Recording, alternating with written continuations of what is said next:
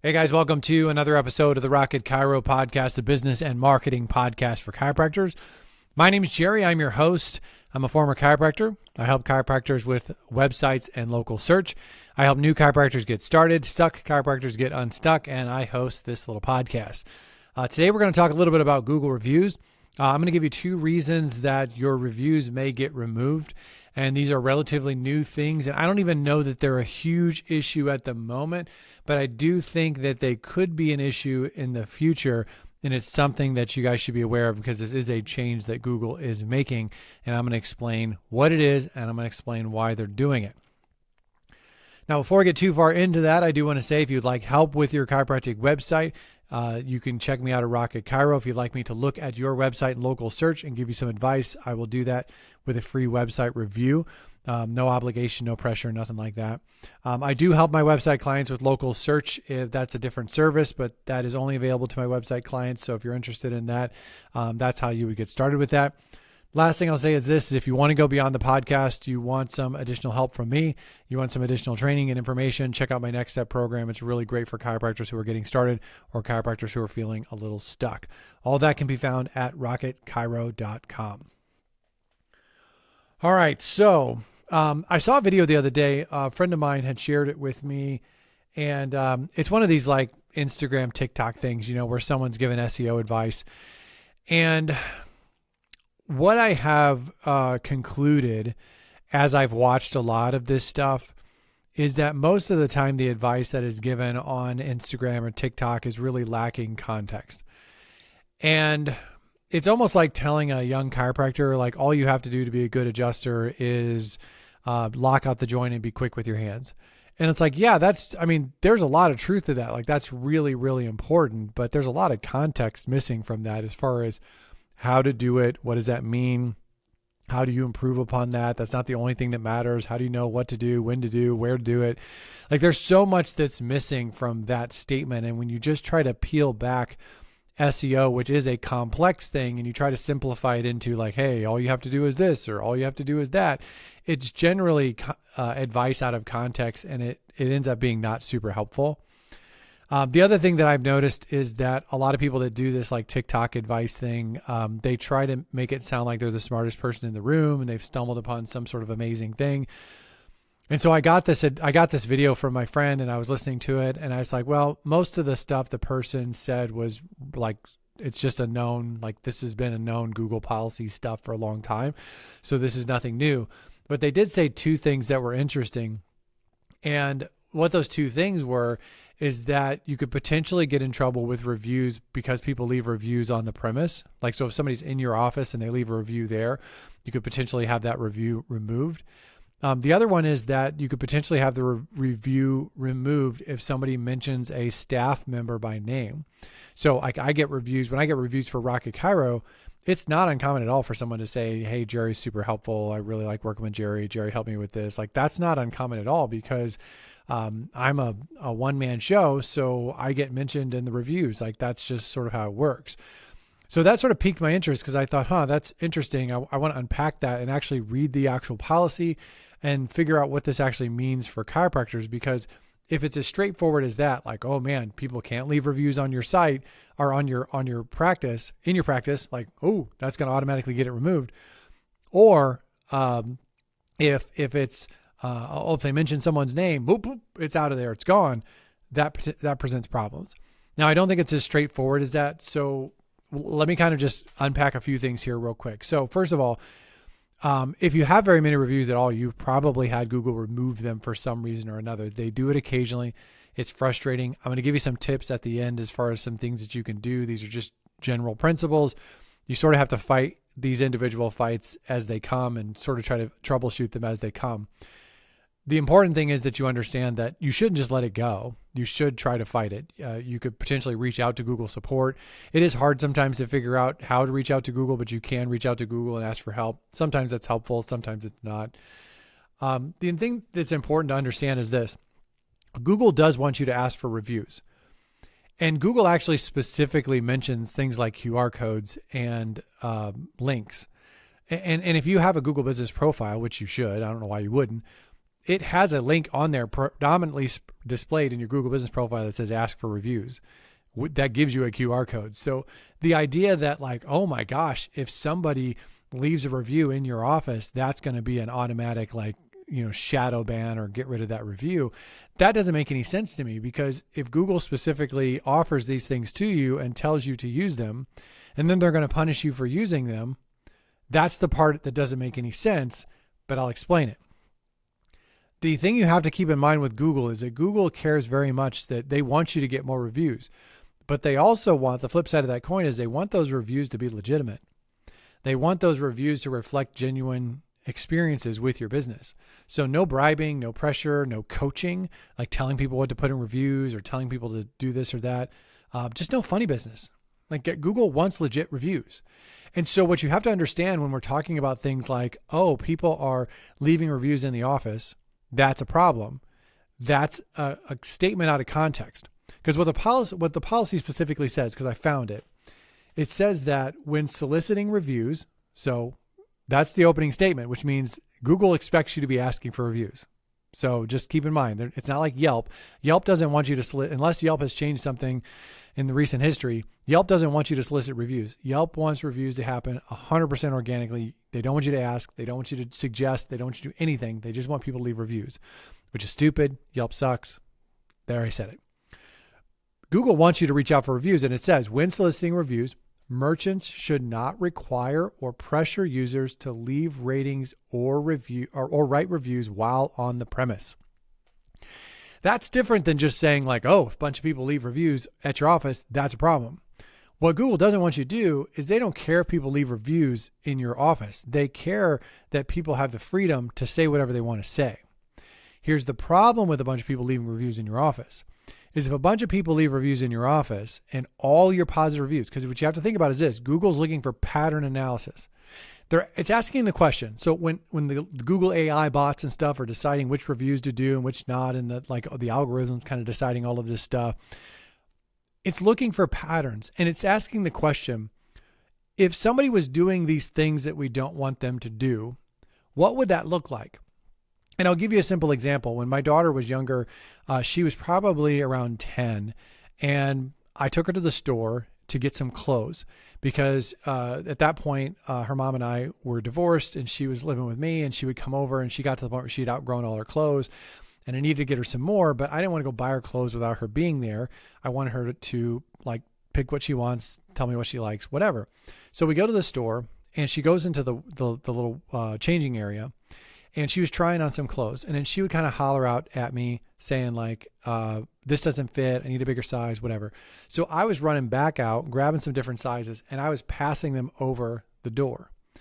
And I did this a couple times, and she was doing it. We're handing stuff back and forth, whatever.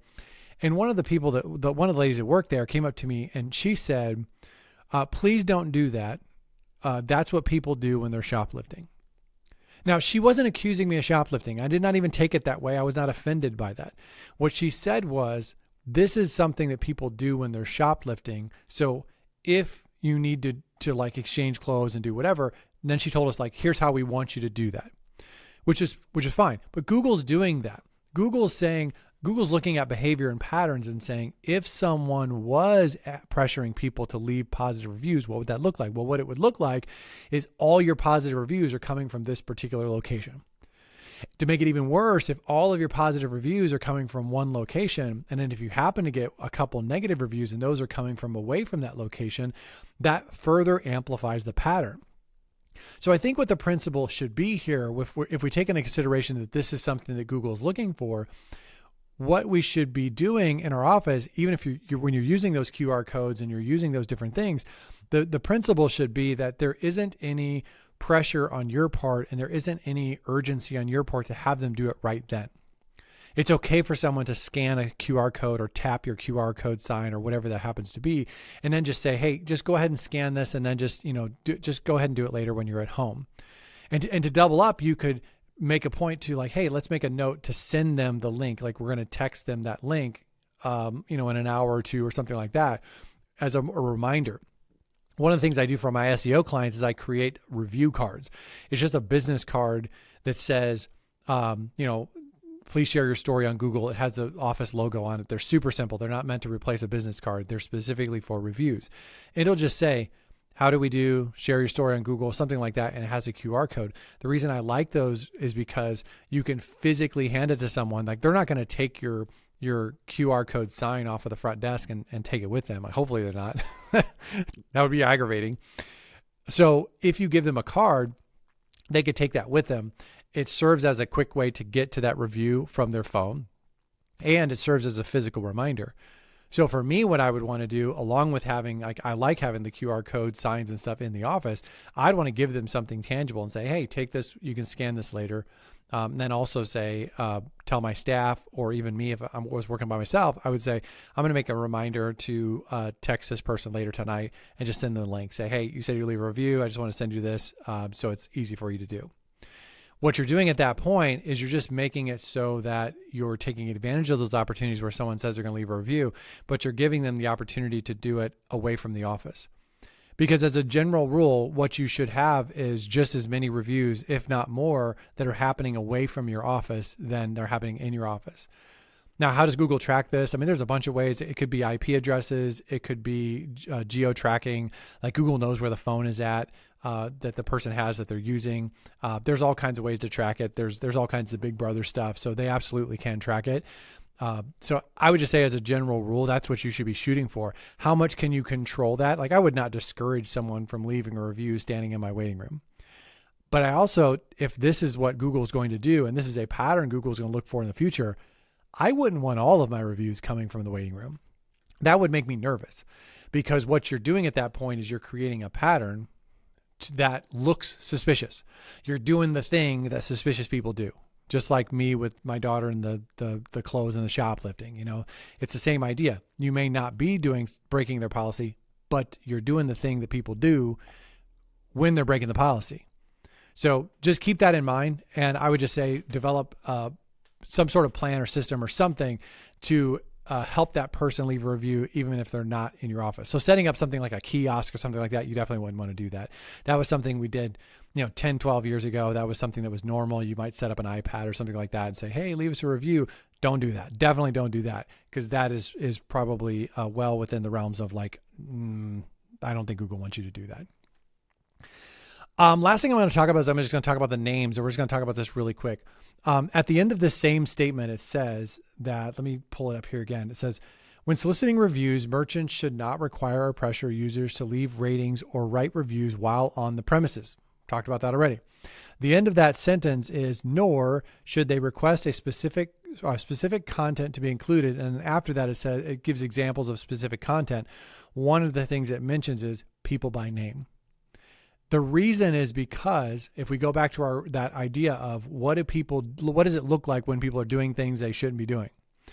If a business was out there saying, hey, we really want you to mention our massage therapy. We really want you to mention our massage therapist. We really want you to mention our new doc so that our new doc gets some good reviews and people know that, he's a big deal too.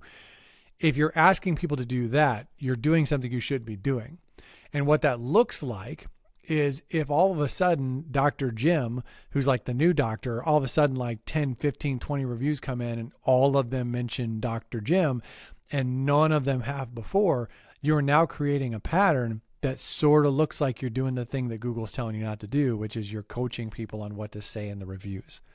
Now, are you going to keep people from saying your name? No, I wouldn't suggest that. And if it happens organically, it should look organic. It would be I wouldn't worry about this one too much, but here's where I would potentially just put a note in my brain that this is a potential thing. I wouldn't say anything to my patients about it. I wouldn't worry about it. I wouldn't do anything other than just make sure you're not doing the thing that would cause this to happen, not naturally. What's the word? Not natural, unnatural. Sometimes I struggle with my words. You don't want something that's not happening organically. And so if you have ever said, mention this, do this, say this, just stop doing that. Like, don't do that. Like that's bad thing. You could develop a pattern that ends up getting things blocked.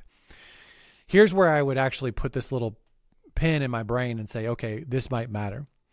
If I found myself in a situation where I got reviews removed, Now, if you can't see the reviews, because sometimes you can and sometimes you can't. Sometimes reviews get removed and you just know that I used to have 100 and now I have 70. Sometimes reviews get moved and it's like, oh, I used to have 200 and now I have 120 or 150 or whatever. That's tough if you don't actually know which ones have been removed. Other times you can actually see the reviews in the back end, or the person will tell you they left a review, but it's not showing up. You have sometimes that'll happen with patients where they can see the review, but it doesn't show up on your end. So if somebody can see it, whether it's the person who wrote the review or you or both, but it's just not showing up publicly, that's easier to troubleshoot. And what I would do is if that person mentioned me by name or a staff member by name, I would have them remove that. I would tell them like, listen, just take my name out of there. Sometimes Google doesn't like that. And that could be a situation where this information is helpful, where you're telling them like, look, it's a legit review. It's a legit patient. I didn't coach them to write it, and I'm not coaching them to like tell them what to have in it. But there could be a situation where you have to tell a patient like you need to take that out because that's why this is not showing up. So things Google may not like, and this is the troubleshooting aspect of this conversation, is you if you can tell what it is, if you know which ones have been removed, you look for the things that are obvious, like I've seen patients that have left links. They check out their website and they thought they were doing a good thing and they put a link to the website in the review. That's not going to show up. Like that's going to get that review blocked where it's not showing up. So you can't put reviews in there. You might not want to put a person's name. I would say any indication that you have a personal relationship with that person is probably not a good idea. Google is starting to really look at things like staff, people leaving a review, friends and family leaving a review. They want reviews to be genuine and unbiased. And sometimes people will say things in their review that makes the relationship seem, or maybe even reveals the relationship is more close than what Google would like, and that could get the review removed. So if you see a review removed, those are the things that I would look for, the sort of the obvious things. Now there are other things like discrimination and other things. Let's assume that none of your patients are saying absolutely egregious things in a positive review. If they are saying terrible things in a negative review and it gets banned, great. Like I wouldn't advise that person on how to fix it. But if a person is obviously not saying anything sketchy, or potentially taken out of context, because that does happen with the bots, with the bots and the AI and the looking over things. Sometimes it'll look at things and it'll nix it because it thinks that something was meant that wasn't meant. Those are the things you kind of have to troubleshoot a little bit when reviews get removed. And those are things you would look for.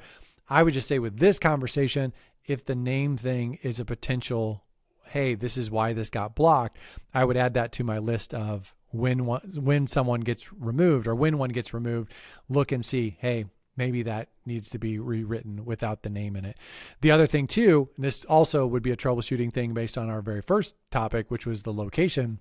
If someone tried to leave you a legitimate review and that review got removed, if that person would be willing to delete that review on their end and then do that review outside of your office, that also could potentially get it in there if it was nixed for that reason, if it was nixed for the reason that it was done in the office itself.